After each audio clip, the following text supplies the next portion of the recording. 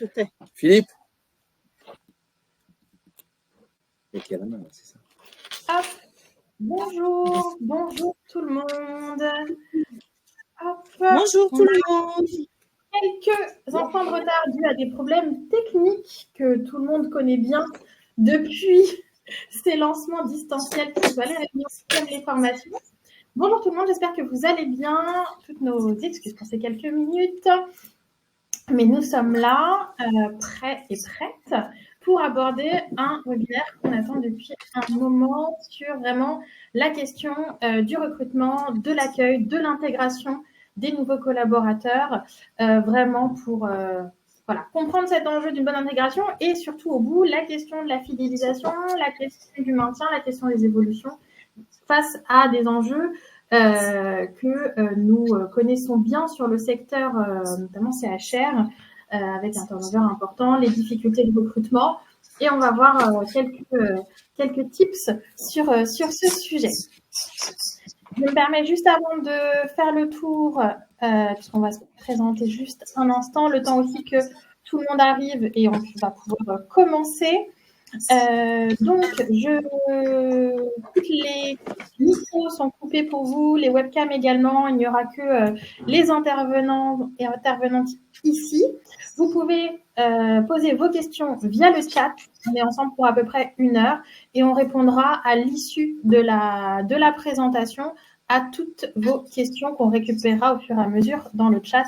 On a notamment Vanessa en back-office qui les récupère. Voilà. On va tout de suite rentrer dans le vif. Donc, moi, je suis Charline Waraki, je suis chef de projet au sein de l'Asforest. L'Asforest, si vous ne le connaissez pas très rapidement, centre de formation continue, spécialisé dans l'excellence de la qualité de service. On a des formateurs principalement, voire exclusivement issus du secteur HR qui restent toujours proche du terrain, vous le verrez avec Nathalie et Alain tout de suite. Et puis gage de qualité tout de même. Voilà, tout le monde doit y passer aujourd'hui, mais ça reste quand même un gage de qualité. Ou en effet, certification qualité Qualiopi que nous venons de renouveler à nouveau pour 3 ans.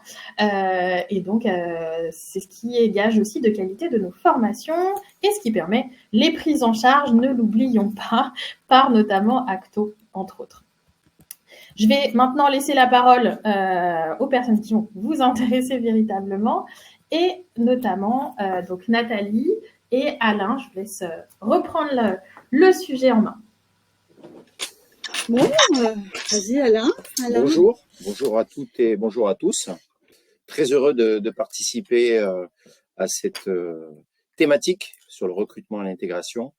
Et effectivement, moi je suis consultant, j'interviens avec Asforest depuis 2007 sur essentiellement le management et puis bien sûr ses dérivés dont effectivement le recrutement, l'intégration, beaucoup d'accompagnement également, beaucoup de formation d'accompagnement et un petit peu d'expérience client et de qualité de service. Et puis avant, j'ai un parcours opérationnel durant près de 20 ans dans l'hôtellerie, la restauration, jusqu'à des postes de directeur d'exploitation.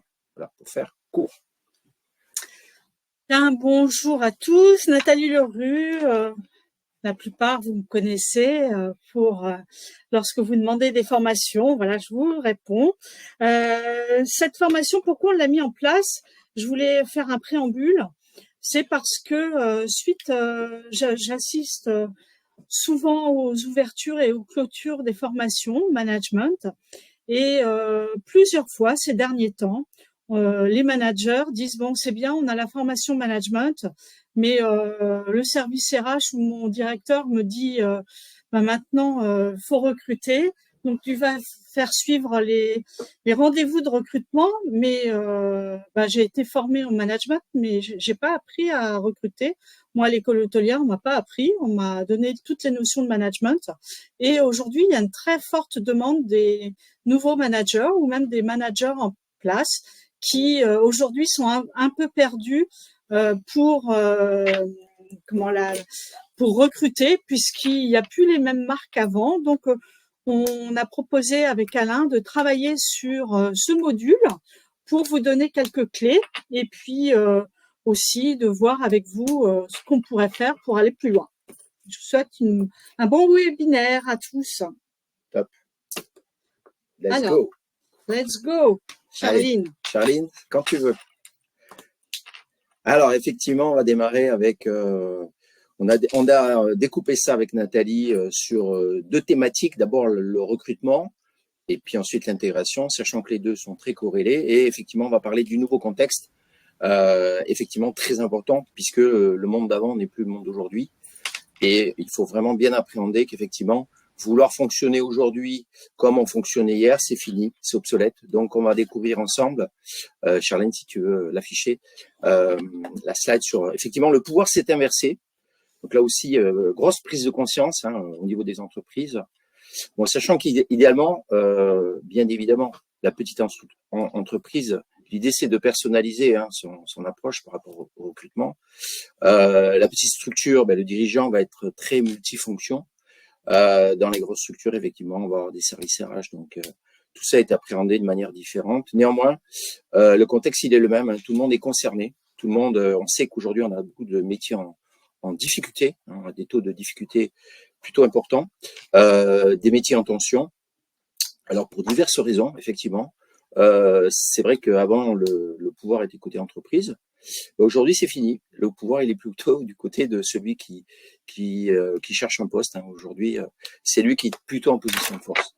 Et puis il y a un contexte aussi où le nombre d'offres est très élevé par rapport aux demandes. Donc effectivement tout ça s'est inversé. Tu peux afficher la suite si tu veux, parce qu'en fait tout est corrélé, on va voir. C'est le postulant qui fait ses choix, parce qu'effectivement il profite un peu du système, bien évidemment. Ça aussi c'est important. Qu'est-ce qu'on va dire? Alors très important, une entreprise elle est composée de différentes, les équipes sont composées de différentes générations, et on a ce fameux départ des baby boomers, très important. Voilà, beaucoup sont concernés. Alors ça aussi c'est très variable. Il y a des entreprises où il y a pas trop de baby boomers, mais en tout cas il y a énormément. En tout cas c'est un pourcentage plutôt élevé de baby boomers qui vont partir, qui partent à la retraite et qui sont insuffisamment remplacés effectivement par ces nouveaux arrivants. Donc il y a bien sûr les générations X, les générations Y, et puis les Z, ces nouveaux arrivants. Ça c'est le premier contexte, premier élément. Deuxième élément, et ça aussi on l'a constaté depuis plusieurs années, c'est que on reste moins longtemps dans l'entreprise et on va changer de métier plusieurs fois tout au long de sa vie. Donc là aussi, contexte qui vraiment faut appréhender bien sûr, qui va impacter également l'entreprise. C'est vrai que le personnel aujourd'hui, alors il y a le monde, on dit avant Covid, après Covid, c'est les choses qui étaient déjà identifiées avant, qui se sont amplifiées. Donc effectivement, on a aujourd'hui un rapport au travail qui est différent selon les générations. Et aujourd'hui, on regarde un peu plus la vie personnelle. On privilégie cet équilibre, on dit vie privée, vie professionnelle. Et puis, bien sûr, ces postulants, ces candidats qui vont aussi benchmarker un petit peu, qui s'intéressent aussi en amont à comment fonctionne l'entreprise, qui elle est. Donc, ils vont faire déjà un peu une étude de marché pour voir si l'entreprise correspond à leurs valeurs et à leur motivation. Donc là aussi, on voit bien que le salaire est un facteur important, mais plus suffisant. Donc il y a vraiment aussi nécessité de changer son regard. Et le dernier élément, et qui est quand même aussi important, c'est effectivement le changement de contexte, la transformation au niveau de l'entreprise, qui est sous une pression économique, puisque les coûts d'énergie augmentent. Qu'est-ce qu'on peut dire? La matière première qui augmente, les frais personnels, donc tout ça a un impact. La pression écologique, puisqu'on est dans un changement aujourd'hui où l'environnement commence à devenir prédominant, et puis rester quand même dans cette logique de performance. Et donc, ce que je voulais rajouter aussi, c'est que au niveau de la performance, que ça soit les clients, le management, tout le board, ils exigent de la performance. Donc, qui dit performance, un petit peu de pression aussi au sein de chaque service pour que cette qualité soit constante. Super. Donc, voilà, ça c'est la première partie. Alors, l'idée dans la démarche, dans notre webinaire, c'est de se mettre en mode solution. Donc, bien évidemment, la bonne question, c'est comment faire pour s'adapter. effectivement, on voit, il y a deux éléments clés là. Hein. C'est d'abord l'arrivée des nouveaux paradigmes de l'entreprise qui sont. Alors ça, c'est vraiment important aussi de comprendre que c'est vraiment des choses qui vont être constatées au quotidien. Hein, on n'est pas dans la philosophie. C'est aujourd'hui, il faut être agile. Il faut avoir une organisation agile parce qu'effectivement, on peut avoir des variations d'activité, mais importantes d'un jour à l'autre. Donc, il faut avoir une souplesse au niveau de l'organisation pour pouvoir faire face à ces variations d'activité. L'impact de la météo, par exemple, hein, le facteur météo, on voit bien que pour certains, ça peut avoir une incidence. Ces demandes de dernière minute aussi. Aujourd'hui, on sait que les clients, parfois, se décident au dernier moment. Donc, ça va impacter l'activité. Donc, aujourd'hui, il faut être agile. Ça, c'est vraiment le premier élément. Le deuxième élément, c'est ce qu'on appelle l'intelligence du terrain.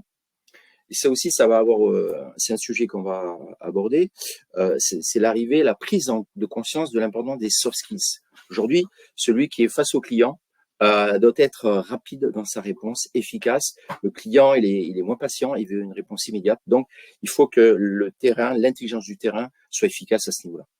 Et le dernier, c'est l'interdépendance des acteurs, c'est-à-dire que dans l'entreprise, tout le monde, il faut travailler ensemble dans la même direction. Donc, on est plutôt sur une logique très transversale. Premier élément, est-ce que tu veux rajouter des choses, Nathalie? Non, c'est ça. Et puis, l'interdépendance des acteurs, alors, ça existait avant, mais encore plus maintenant. Ouais. Et aujourd'hui, il faut vraiment du recrutement. On va le voir par la suite, on l'a développé. Comment faire cette interdépendance entre chaque service. C'est ça. L'idée, c'est de vraiment avoir cette logique verticale et transversale qui est aujourd'hui déterminante. Si tout le monde ne va pas dans la même direction, ça va devenir pénalisant et impactant pour l'entreprise. Et deuxième gros sujet qui n'est pas innocent, c'est effectivement, tenant compte de ce nouveau contexte, c'est vrai que le management doit évoluer. Il y a vraiment une nécessité de faire évoluer son approche managériale. Hein. C'est vraiment aller vers un management plus personnalisé, un peu plus collaboratif. On parle de management bienveillant, hein, bien évidemment, pour pouvoir s'adapter par rapport à cette situation. Et puis, bien évidemment, avoir une stratégie, parce qu'aujourd'hui, le recrutement, l'intégration devient stratégique, mais la stratégie de l'entreprise, elle est bien sûr centrée sur le client, qui reste quand même la ressource déterminante de l'entreprise, mais aussi sur le collaborateur. Le client doit vivre une expérience positive. Le collaborateur, aujourd'hui, il faut l'inclure, il faut le prendre en compte pour que lui aussi soit dans une expérience positive. Donc ça, c'est vraiment un contexte qui est aujourd'hui déterminant. Il faut vraiment le prendre en compte et être très cohérent par rapport à ça. Nathalie, tu veux rajouter Non, point c'est ça, oui. Voilà, donc c'est ça, ce nouveau contexte qui fait qu'effectivement, tout ça va avoir un impact sur le recrutement. Et ça se aussi sur le recrutement, je me permets juste, comme on passe de phase, de rappeler que toutes les questions peuvent être posées directement via le chat. C'est un peu mon rôle de le rappeler, de se couper de temps en temps. Donc, un petit bouton, vous avez le petit bouton en bas à droite, en principe avec chat. Ouais. Et voilà, Vanessa est là pour récupérer toutes vos questions et qu'on te rebasculera sur la fin. Voilà, passons tout de suite au recrutement, le cœur. Ça marche. Oui, le cœur. Alors, effectivement, le sujet, c'est vrai qu'aujourd'hui, il faut recruter et il faut recruter tenant compte de ce contexte qui est nouveau. Donc, l'idée, alors pareil, l'idée pourquoi on dit créer un process recrutement? Parce que, comme le disait Nathalie, il y a quelques années, on pouvait se permettre d'improviser. On avait vraiment le choix de candidats. Donc, il y a des petites choses qu'on pouvait se permettre. Aujourd'hui, je sais pas ce que j'ai envie de dire, le droit à l'erreur, il est très limité. Donc, effectivement, créer un process recrutement, on va voir. Alors, faire quelque chose de simple, hein, mais néanmoins, il faut formaliser son système, il faut respecter ces étapes, parce que sinon, effectivement, ça va très vite devenir compliqué. Donc, effectivement, en première étape, c'est d'identifier les besoins.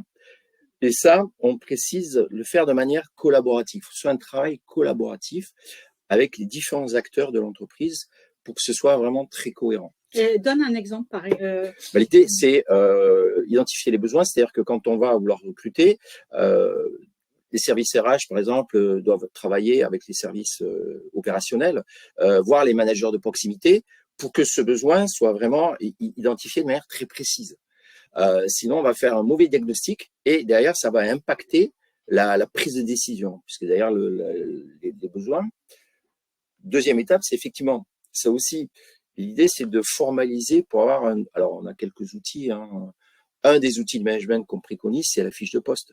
Fiche de poste parce qu'elle va regrouper, mais de manière très simple, hein, et pragmatique, les différentes missions, activités du collaborateur, en lien, alors ça aussi c'est très important, avec la notion de hard skills et soft skills. L'idée, c'est aussi d'être assez cohérent par rapport à ça.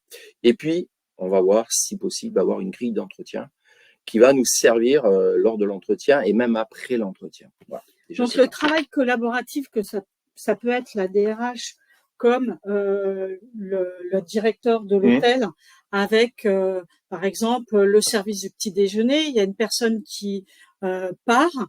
Donc, c'est aussi de voir avec l'ancienne personne qui va partir, savoir quelles sont ses fonctions, recréer ou créer sa fiche de poste ou la mettre à jour pour pouvoir faire processus de recrutement lorsqu'il va avoir lieu, ou bien, si on veut pas travailler sur la fiche de poste, créer une grille d'entretien pour évaluer les différents points.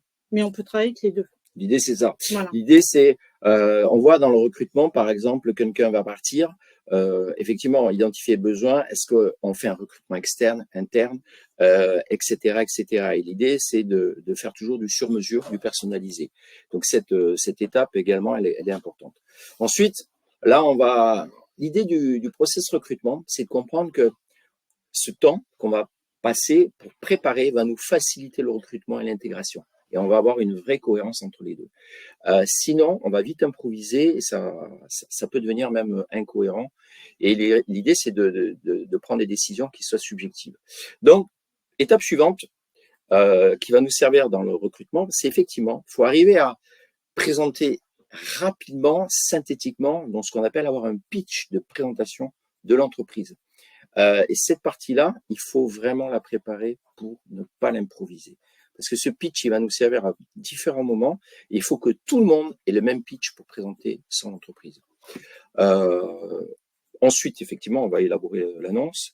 Donc là, l'idée, c'est d'avoir une annonce claire, plutôt complète et différenciante, tout en respectant le cadre légal. Donc voilà, effectivement, arriver à élaborer quelque chose qui va commencer à attirer, parce qu'effectivement, encore une fois, il faut commencer à se différencier dès l'annonce. Alors, je voulais rajouter, là, il y a eu avant et post-Covid, certains établissements qui ont voulu être différenciants en nommant cherchons des talents.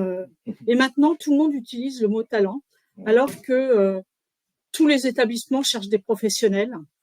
Et donc, ça aussi, il faut pas essayer de copier une autre annonce, il faut essayer de trouver votre propre vocabulaire qui représente votre entreprise pour être différenciant. Parce que je pense que c'est pas forcément un talent que vous cherchez quelqu'un d'opérationnel, quelqu'un ou un manager, vous cherchez une femme de chambre peut-être débutante ou un réceptionniste confirmé avec un poste en vue d'évolution. Enfin, faut essayer de vanter aussi le poste, mais en étant clair et pas inventer un mot.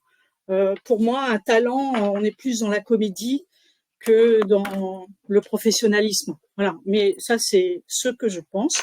Voilà. Mais ce que je voulais vous dire par ça, c'est qu'il faut faire attention aussi aux mots qu'on utilise. Et en hôtellerie-restauration, c'est peut-être valable des talents quand on est dans le digital ou autre, mais on demande quand même des personnes opérationnelles en hôtellerie-restauration. Donc, il faut rester sur des basiques, je pense. Voilà. Ouais, d'accord. On parle je préfère la notion de potentiel que talent. L'idée, c'est encore une fois, d'arriver à identifier, mais à se différencier. Encore une fois, je vous rappelle que c'est le collaborateur qui a plus de choix et il faut qu'il ait envie de nous choisir. Donc, l'idée, c'est dans la rédaction de l'annonce, c'est déjà de commencer à donner envie. Chère Charline, si tu veux nous donner un petit peu de suite, si tu veux. Sinon, bon, de tête, hein, on connaît bien le système. Alors effectivement, ce process, hein, on peut le simplifier, mais néanmoins, il est important. Il est important de passer du temps de bien rédiger, de bien mettre en place ce process. Ensuite, c'est le choix des canaux de diffusion. Alors là, j'ai envie de dire, faut balayer un peu plus large. N'hésitez pas à aller plus large, sortir un peu des sentiers battus, parce que dans le monde d'aujourd'hui, c'est qu'on va avoir plusieurs cas de figure. On va avoir des gens qui sont diplômés, qui sont expérimentés, mais des gens qui ne sont pas expérimentés, qui ne sont pas diplômés, et pourquoi pas qui sont attirés vers nos métiers. Donc, vous voyez, il faut vraiment avoir aussi choisir ses canaux de diffusion par rapport à cet élément-là. Et puis, l'idée, c'est de garder et de rester acteur pour avoir du choix. Bien évidemment, effectivement, présélection des candidats retenus. Ça va être important aussi de faire cette présélection qui peut se faire souvent par téléphone ou en visio. Parce que là, déjà, dans cette présélection, on peut commencer à identifier, garder, sélectionner d'ailleurs. Cette phase aussi est importante. Ensuite, effectivement, là, on va rentrer dans la préparation d'entretien de recrutement. Alors là aussi, l'idée, c'est on est aujourd'hui dans un monde où on peut travailler en mode hybride, on peut le faire en présentiel, on peut aussi travailler ça en visio, bien évidemment, on sait adapter, tout ça on sait le faire, on peut le faire, et ça aussi, il faut le préparer, d'accord? Ne rien laisser au hasard. Et ensuite, point important, c'est s'engager à donner une réponse, qu'elle soit positive ou négative, parce qu'on est quand même dans une image, on véhicule une image, donc c'est aussi jouer le jeu par rapport à ça. Tu veux rajouter des choses, Nathalie? Non, très bien. Good. Allez, on est bien. Alors, ça y est, on arrive dans cette partie-là de l'entretien. Alors, sachez que moi, j'ai toujours une métaphore. Je dis que l'entretien de recrutement, c'est le rituel de management qui est peut-être le plus technique, avec l'entretien annuel d'évaluation. Et même, j'ai envie de dire, il est plus difficile puisque l'avantage de l'entretien d'évaluation, c'est qu'on connaît le collaborateur. L'entretien de recrutement, on fait un pari sur l'inconnu. Donc, malgré tout, l'idée, c'est quand même de structurer l'entretien pour atteindre ces 3 objectifs. Donc, on a 3 objectifs dans le recrutement. Le premier, c'est de découvrir, de situer le candidat. Et là, on est plutôt centré sur les hard skills et on a 4 temps dans cette partie-là. Sachant que, là encore une fois, selon l'entreprise, selon les secteurs, pour certains, il y aura un entretien qui va durer 15, 20, 30 minutes. Pour d'autres, il y aura 2, 3, 4, on peut aller jusqu'à 5 entretiens selon certaines entreprises. Donc là, on pourra ajuster. Donc l'idée dans cette première partie de l'entretien, c'est de plutôt se centrer sur les hard skills. Quand on parle de hard skills, on parle de compétences techniques, savoir-faire.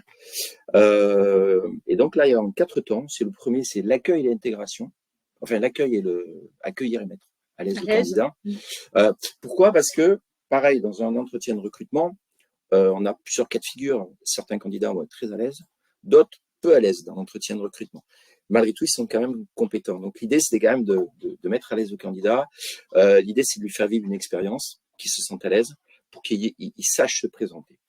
Deuxième temps, c'est le petit pitch de présentation de l'entreprise, qui peut se faire soit par la personne qui va mener l'entretien, soit sous forme de questionnement avec le candidat, pour voir d'ailleurs si ça peut être intéressant de commencer à questionner le candidat pour voir s'il connaît l'entreprise, s'il s'est intéressé à l'entreprise.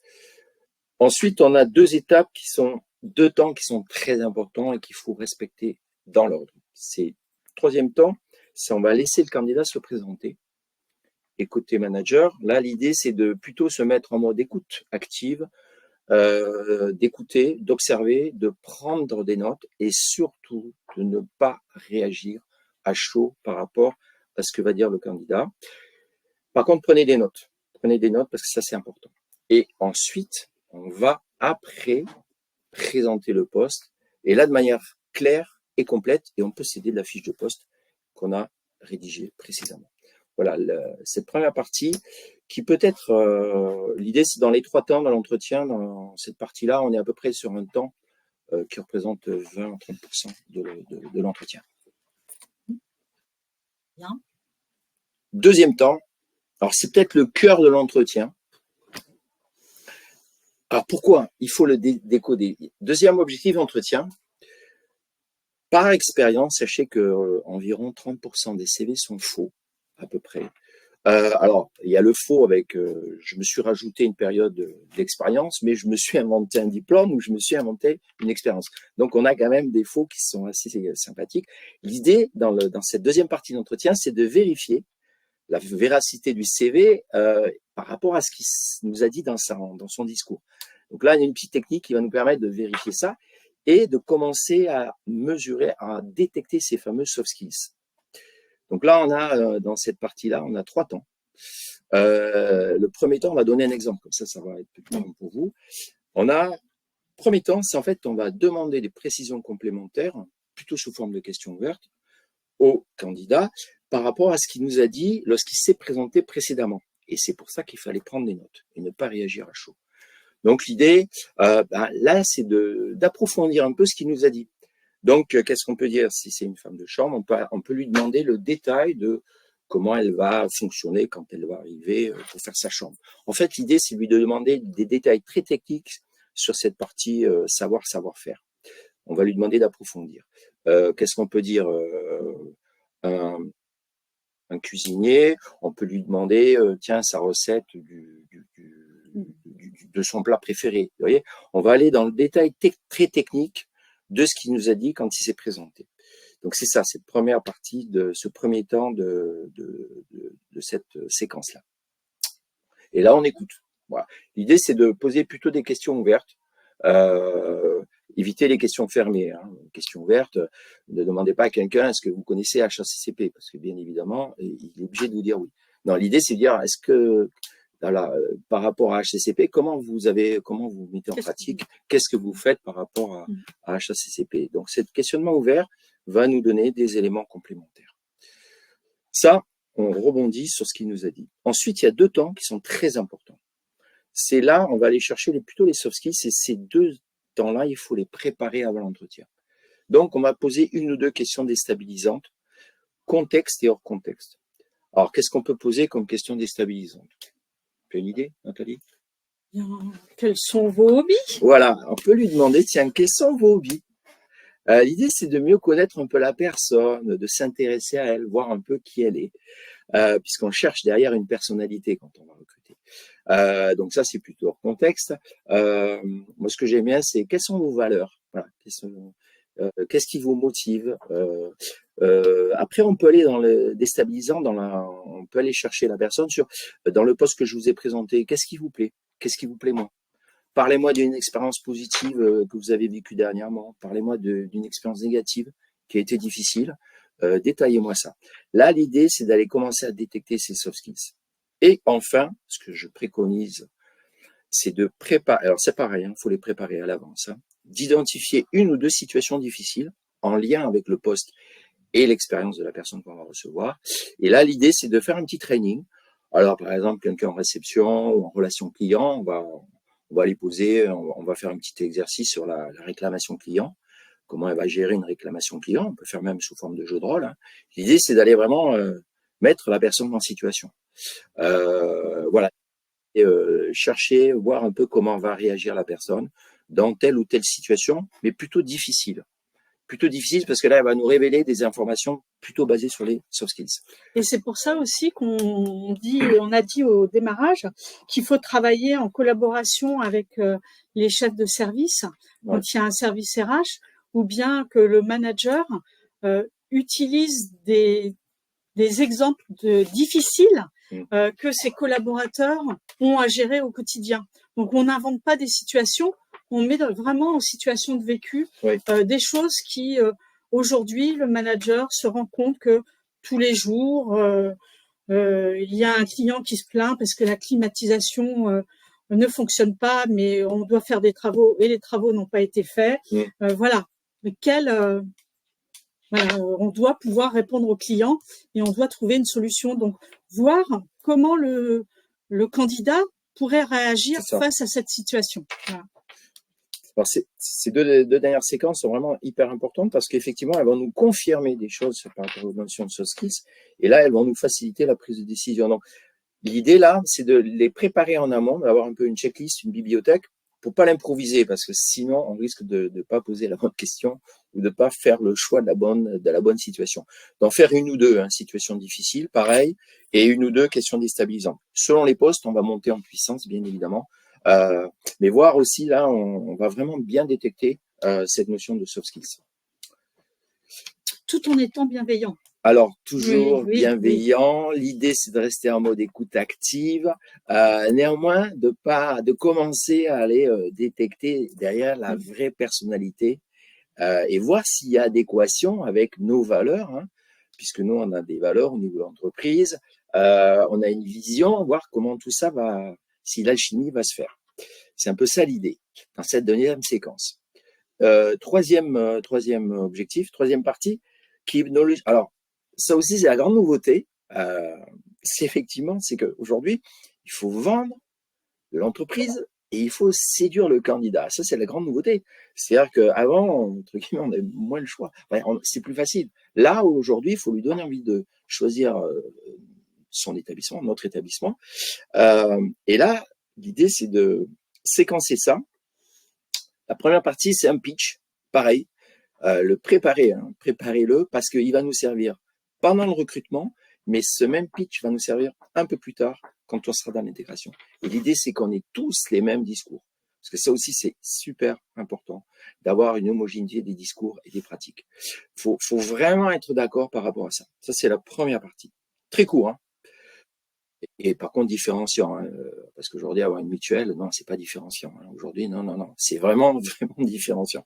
Qu'est-ce qu'il va faire? Oui, ben, c'est une obligation. Donc, la différenciation, c'est qu'est-ce qui fait? Je vais préférer choisir telle entreprise plutôt que telle autre. Deuxième ligne, alors là, pareil, ça, c'est la grande nouveauté. C'est qu'aujourd'hui, nos chers candidats sont des super négociateurs. Donc, l'idée là, c'est de faire réagir la personne, hein, et puis gérer les objections, ou avoir sa marge de manœuvre s'il faut négocier. Et ça, c'est pareil, il faut bien le préparer. Parce qu'aujourd'hui, ils sont très bons dans la négociation. Là où avant, ils étaient moins négociateurs, aujourd'hui, ils négocient déjà pendant l'entretien de recrutement. Ça, c'est une réalité. C'est vraiment des choses qu'on voit bien. Je ne veux plus travailler les dimanches. Par exemple. Alors voilà, ça va avoir on va rentrer dans ce jeu-là. Et l'idée, c'est de rester bienveillant tout en étant aussi, là aussi, faut être acteur dans le système. Faut pas subir, hein. Mais derrière, faut voir si, voilà, qu'est-ce qu'on fait par rapport à telle ou telle situation. Ça, c'est vraiment une ligne qui est aussi très importante parce que là, le collaborateur, enfin le candidat en tout cas, va commencer à aussi ressentir des choses et lui aussi se forger une impression. Bon, étape suivante, effectivement, reformuler, valider les points clés, ça on l'avait toujours, hein, effectivement. Annoncer les prochaines étapes. Là, l'idée, c'est quand même d'expliciter au candidat, tout en étant cohérent avec le contexte d'aujourd'hui, c'est de lui expliquer la prise de décision, dans combien de temps, s'engager sur une réponse aussi, positive ou négative, tout en étant quand même assez réactif, puisque sinon on risque de perdre des candidats. Remercier, raccompagner si en présentiel, bien sûr. Hein. Et enfin, dernière séquence. Moi, que je préconise toujours, parce que une fois avant de passer à autre chose, l'idée c'est de poser sur papier, alors soit sur la fiche de poste, hein, soit sur le CV, mais vraiment formaliser de manière très synthétique un peu les plus, les points d'interrogation, les moins, sous forme d'une échelle qui peut aller de 1 à 10, mais de pouvoir mesurer, de pouvoir faciliter cette prise de décision, et puis même vos ressentis aussi. À chaud, ça c'est bien. C'est vraiment quelque chose qui va être très important, qui va vous faciliter cette prise de décision, parce que bien sûr, derrière, il va falloir décider, mais de manière objective. C'est un peu ça l'idée. Chère Charline, si tu veux, on est terminé pour le recrutement. Est-ce que tu as beaucoup de questions qui arrivent ou pas? Il y en a quelques-unes. Ça me fait rebondir sur le fait que justement, le chat est toujours ouvert. Alors, vous aurez toujours la possibilité de le faire à la suite, parce que je pense qu'au fur et à mesure, Alain et Nathalie répondent aussi à certaines questions, mais ça arrive. Et donc là, comme on passe à la phase d'intégration. Qui est le dernier point pour rassurer tout le monde. C'est le dernier point. C'est le dernier point avant de répondre aux questions. Donc, n'hésitez pas à les poser sur l'onglet de chat. Voilà. Allez, super. Donc, si tu veux, donc l'intégration, on appelle ça le onboarding, qui devient aujourd'hui prédominant, en tout cas très important et complémentaire du recrutement. Là aussi, ce qui va se passer, c'est que dans certaines entreprises, c'est la même personne qui va recruter, qui va intégrer. Selon les structures, parfois, on va avoir des personnes différentes, d'accord, qui vont intervenir. Et là, l'idée, c'est d'avoir cette cohérence, cette complémentarité dans le recrutement et l'intégration. Alors, il y a vraiment deux choses. C'est qu'il y a un process qui a évolué, puisqu'avant, Avant 2023. Voilà, avant 2023, oui, effectivement. Si tu veux afficher, tu peux afficher la slide si tu veux, Charline, si tu veux. Comme ça va donner une idée. C'est vrai qu'avant 2023, on avait un système, puisque tout ça, on a travaillé avec certains clients Forest. C'est un sujet qu'on travaille depuis très longtemps. Donc, on avait un process qui était formalisé sous un système de 333. Donc, les 3 premiers jours étaient primordiaux. Ensuite, on passait plutôt à la semaine. On avait 3 semaines et au bout de 2 ou 3 semaines, 80% des candidats ils étaient plutôt intégrés. On suivait le système, on faisait quand même un suivi sur les 3 premiers mois. Ça, c'était avant jusqu'à 2023. Depuis 2023, le système a évolué avec 2 nouvelles lignes. Il y a d'abord ce qu'on appelle de bien préparer l'arrivée du collaborateur. On appelle ça un pré-boarding. C'est-à-dire cette phase de préparation. Je vous donne un exemple. C'est très récemment, donc le collaborateur recruté pour un poste important, puisque c'est un poste de manager, jusqu'au jour J, et en fait, le jour J, il envoie un SMS pour dire que finalement, il ne viendra pas. Il fait le choix d'une autre entreprise. Donc, l'idée, c'est de dire, OK, de garder le lien avec ce candidat, ce collaborateur. Pré-boarding, c'est ça. On peut lui envoyer des documents, on peut lui envoyer un livret d'accueil, mais l'idée, c'est de garder le lien, le contact pour éviter qu'il ait envie de changer d'idée. Ça marche, donc c'est ça, le pré-boarding. Ensuite, le 333 s'est changé en 133. 133, en fait, c'est le premier jour. Le premier jour, il est primordial. Ce premier jour, j'ai envie de dire d'éviter le droit à l'erreur. Il faut vraiment tout miser sur ce premier jour. On sait qu'il est prédominant. Ensuite, on garde les 3 premières semaines, les 3 premiers mois. C'est un peu ça dans cette phase d'intégration, c'est d'avoir une vraie complémentarité pour, alors moi je dis à chaque fois, c'est rassurer, donner envie, donner du sens, tout en étant dans une logique de confirmer la prise de risque qu'on a pris pendant le recrutement. Donc, l'idée, c'est dans ce onboarding, c'est d'avoir cette cohérence pour faciliter et en même temps faciliter l'intégration, bien sûr, et de fidéliser pour que ce collaborateur reste. Parce qu'ils sont moins fidèles. Aujourd'hui, ils sont plus volatiles. C'est ce qui est constaté partout. Oui, puis on nous dit souvent, oui, le manager a fait une réflexion parce que la dernière fois, c'était le serveur ne vérifiait pas les tables, il remettait pas les corbeilles à pain au fur et à mesure, les remplir. Il a fait la réflexion en fin de service et le collaborateur a dit, bon, c'est bon, j'arrête vos réflexions. Vous n'avez pas à me donner d'ordre comme ça. Je fais ce que je peux. Et il est parvenu. Voilà. Donc, c'est ça aussi à gérer au quotidien, les remarques des collaborateurs qui ne veulent plus entendre un manager leur donner les ordres. Voilà. Bienvenue au club. Il faut s'adapter. L'idée, c'est quand même de rester acteur dans la démarche. Je dis, c'est quand même restons cohérents l'acteur. Donc, le système, on va le voir, on va les détailler sur la slide suivante. C'est ce fameux 133. On va regarder la suite, mais le 133, donc, l'idée, c'est ce premier jour, d'accord? Ce premier jour qui va se détailler ensuite sur la première semaine. Donc, le premier jour, ce qui va être très important, c'est effectivement. J'ai un truc qui s'affichait sur mon Oui, écran. non, voilà. On vous laisse l'affichage. On va mettre sur le petit. Bon, je vais aller dans le détail, mais l'idée de ce premier jour, c'est rapidement, c'est quand même d'accueillir le candidat, qui est quelqu'un qui accueille. Alors, il y a des entreprises qui sont top, parce que il y a tous les cas de figure. Il y a vraiment des entreprises où carrément la personne est accueillie, directrice. Enfin, c'est le top manager qui accueille. L'idée, c'est qu'il y ait quelqu'un pour accueillir. Ensuite, deuxième petite séquence, peu importe l'ordre, c'est avoir un entretien. Alors, c'est pas un entretien de recrutement, mais effectivement de se reposer avec la personne pour bien revalider tout ce qui a été convenu pendant le recrutement, régler tout ce qui est démarche administrative, ensuite la visite des locaux, pour que la personne se sente à l'aise, et présentation à l'équipe, bien évidemment. Ensuite, l'idée, c'est de commencer à embarquer la personne pour la mettre à l'aise sur cette première journée. Donc là, qui va s'en occuper? Est-ce que c'est le manager qui s'en occupe ou est-ce qu'on a un relais tuteur qui intervient? Tous les cas de figure sont possibles. Tout est possible. L'idée, c'est que la personne, on va l'accompagner en fait. L'idée dans l'intégration, l'onboarding, c'est que la personne, on va faire un parcours personnalisé pour qu'elle se sente accompagnée, que cette première journée, l'idée c'est que ça passe très bien, et puis qu'elle revienne deuxième jour, troisième jour, et ensuite, on va plutôt travailler à la semaine. Donc là, on va lui présenter un peu les directives de la première journée, en perspective avec la semaine. Et là, il y a tous les cas de figure. Il y a des entreprises qui vont dire aujourd'hui, vous observez, ne m'intervenez pas. D'autres entreprises qui commencent à placer la personne sur le poste de travail. Là, j'ai envie de dire, faites selon vos capacités, votre organisation. Les deux cas de figure sont possibles. Et très important, c'est fin de journée, petit feedback de fin de journée, ça c'est informel. L'idée, c'est d'avoir un échange avec la personne sur son vécu, son ressenti. On est plutôt en mode écoute. Hein. L'idée, c'est de faire parler la personne, de la faire exprimer pour s'assurer que cette première journée s'est bien passée, que tout va plutôt bien. Lui donner envie de revenir.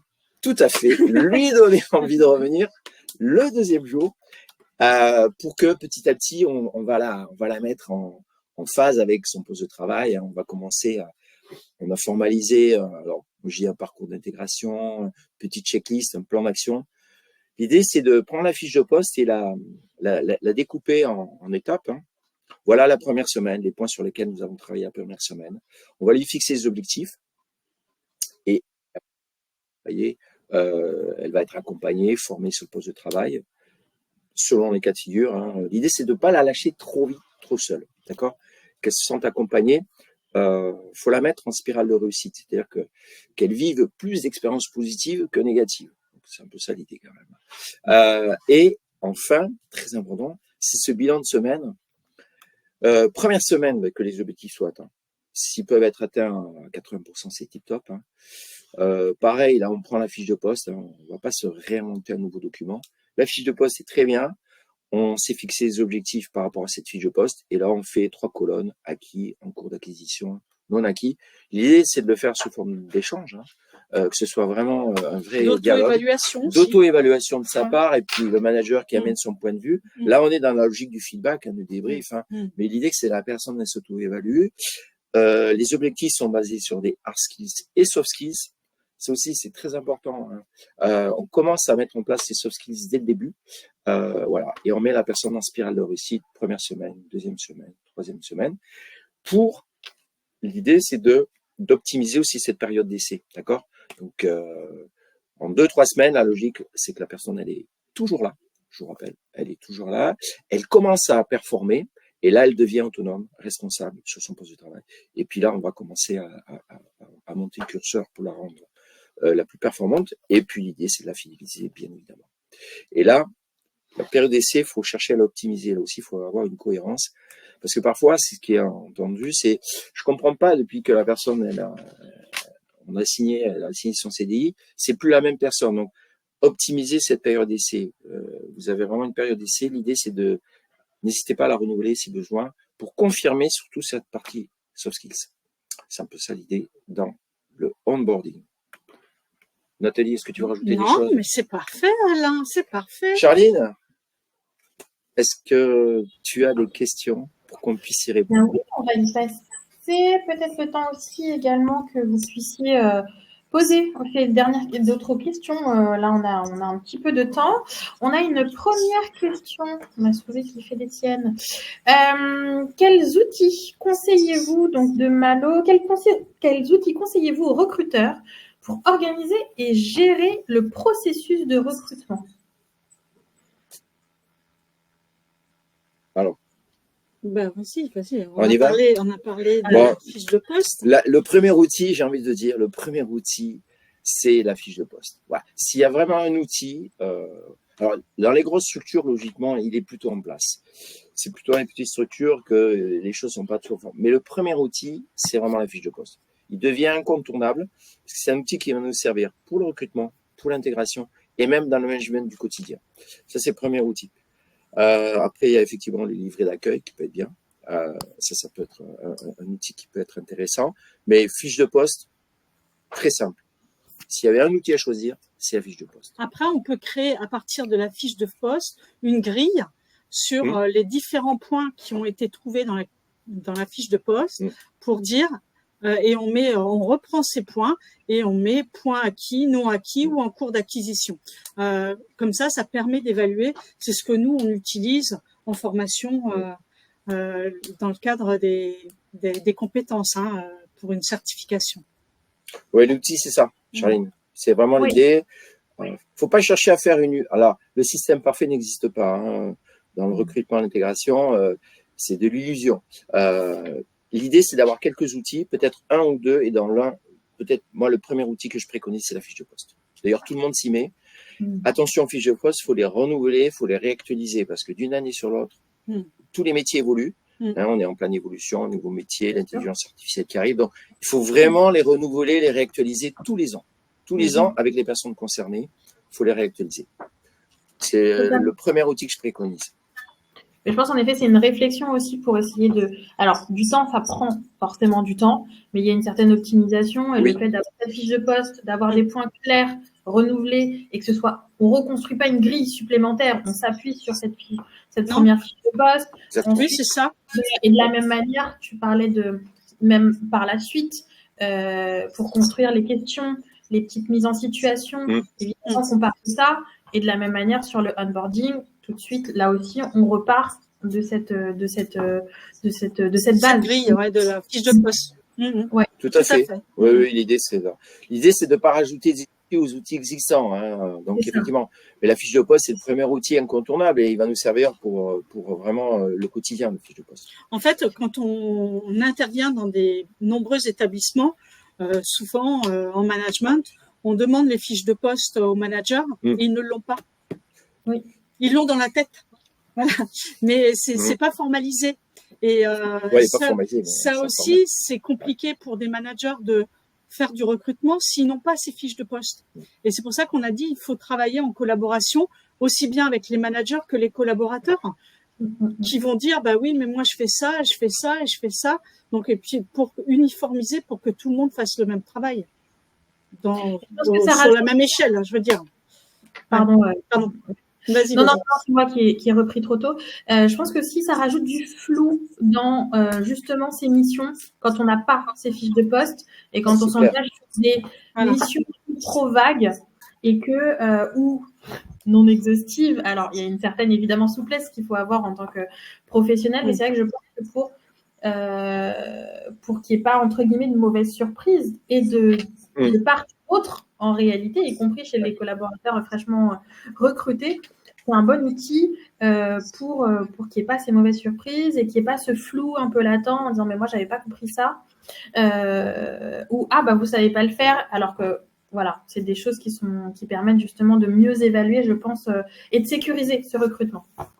Oui, et la fiche de poste, c'est surtout, alors, jamais de copier-coller, vraiment faire du personnalisé, faut vraiment faire du personnalisé parce que le même poste d'une entreprise à l'autre, il n'est pas du tout appréhendé de la même façon. Donc, l'idée, c'est vraiment de faire du personnalisé, d'où l'idée de la faire vivre et de bien la réactualiser. Faites du sur-mesure et relier la fiche de poste, intégrer dans la fiche de poste des hard skills et des soft skills. Parce que très souvent, elle est hard skills, elle n'est pas du tout soft skills. Et ça, c'est une erreur. Tu peux redire la différence entre les hard skills, on est d'accord, savoir-faire. Soft skills, c'est tout ce qui est savoir-être.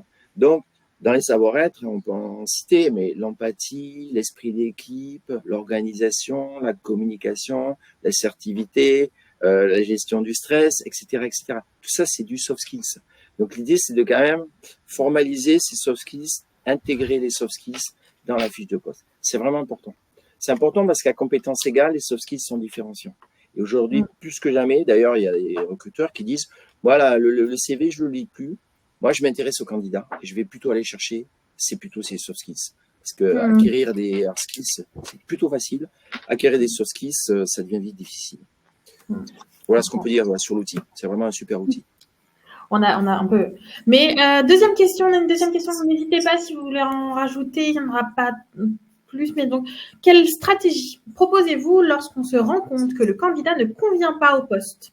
Comment sortir de manière professionnelle, mais surtout sincère? Parce qu'à un moment donné, je pense que tout le monde a reçu des lettres un peu totalement impersonnelles ou des choses, voilà. Donc, comment on arrive à donner ces nouvelles sans être en restant pro et sincère, pouvant dire les vraies La question, les difficultés. Pourquoi en fait ça ne marche pas? la question, Charline, c'est une fois qu'il est venu, qu'il a été accepté en entretien, ou bien une fois la présélection.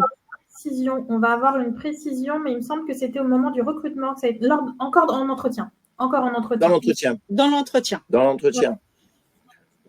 Voilà. Là, j'ai envie de dire, en fait, c'est un entretien, c'est du cas par cas. C'est du cas par cas parce que, si vous voulez, c'est pour ça qu'il faut celui qui va venir à l'entretien, qu'il soit en mode écoute active. Faut pas qu'il parle de trop, qu'il fasse parler. Mais l'idée dans l'entretien, c'est quand même faut pas perdre du temps. Hein. Moi, je suis un pragmatique, donc je dis, on fait pas de philosophie. Hein. C'est pas du tout une conversation de salon. Si on voit que ça marche pas, moi, je dis, il faut être très clair. Est-ce que je vais jusqu'au bout de l'entretien? C'est pas la peine d'aller chercher à lui vendre l'entreprise si on voit que d'ailleurs, oui, soyons cohérents. Je vais pas aller vendre l'entreprise si d'ailleurs je sais que donc le mieux c'est de dire, on peut arrêter un entretien. Par contre, il faut être factuel tout en restant bienveillant, d'accord? Parce que l'idée c'est de quand même donner du sens. Qu'est-ce qui fait que je préfère? Parce que nous, on va poser la question au candidat. Moi, c'est une des questions que je préconise. Il est pourquoi je vous choisirez-vous, d'accord? Donc vous voyez, c'est à un moment donné dans l'entretien, je vais dire à personne. Donc l'idée c'est aussi pourquoi je ne choisirais pas. Donc vous voyez, c'est savoir le dire. Faut oser dire les choses parce que ça peut servir au candidat. Aujourd'hui, peut-être que c'est pas vous que j'irai sélectionner. Maintenant, sachez que voilà pour telle et telle raison. Donc l'idée c'est quand même de rester bienveillant. Ça doit rester une expérience aussi. Faut savoir se dire les choses. Ça c'est important. Et c'est aussi quelquefois le candidat qui peut lui-même dire, écoutez, votre entreprise ne m'intéresse pas. Ouais, c'est ça. Voilà. Donc c'est aussi lui faire dire les choses. Ouais. Est-ce que vous vous sentiriez à l'aise dans notre entreprise? Est-ce que vous vous voyez travailler dans notre entreprise? Et pourquoi je vais vous choisir vous plutôt qu'un autre? Et donc là, c'est à lui. On voit son flottement, on voit s'il est stressé ou pas stressé. On peut essayer de le décontracter en lui disant je vous sens un petit peu stressé. Qu'est-ce qui vous met en stress? Et puis on essaye de faire des questions ouvertes pour qu'il puisse s'exprimer. Et à l'issue de ce premier entretien, si on sent que ça sera pas positif, on va pas lui dire, mais écoutez, on va vous recontacter. C'est pas la peine de le faire rêver, quoi. Non, donc, on va lui dire, mais écoutez, j'ai eu un très bon échange avec vous. Je pense que notre établissement correspond pas à vos attentes. Et je vous remercie d'être venu. Je vous remercie d'avoir participé à cet entretien.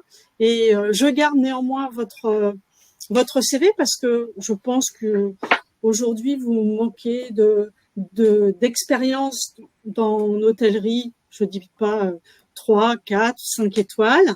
Et puis, recontactez-moi. N'hésitez pas à me recontacter quand vous avez une nouvelle expérience. Et puis voilà, il faut être sincère, franc. Et puis, comme dit Alain, pragmatique, efficace. Et bienveillant. Et bienveillant. Faut dire les choses. C'est ça l'assertivité. C'est dire les choses et donner du sens. Lui expliquer pourquoi. Faut toujours donner le pourquoi du comment parce que ça va donner du sens à la personne et c'est ça ce qui peut lui servir pour la suite, d'accord? Mais si ça vous convient pas, faut être très cohérent par rapport à ça. Faut le dire. Totalement. On a, alors juste parce qu'on arrive à l'heure, donc déjà, Nadia, merci pour ces précisions et l'orientation sur l'assertivité. On oublie un peu souvent cette soft skills importante, extrêmement importante. C'est soft skills, exactement. Soft skills. Je me permets de vous envoyer juste avant. Donc là, vous avez les éléments pour nous contacter si vous souhaitez sur une formation, être accompagné, échanger davantage sur certaines situations avec nous, soit avec Kelly, avec Alain. Je vous mets également un lien directement puisque nous avons la possibilité de cette formation qui est prise en charge pour les établissements de moins de 50 à 100%, via le dispositif des actions de collectif de branche HCR, et puis d'autres moyens de financement, évidemment.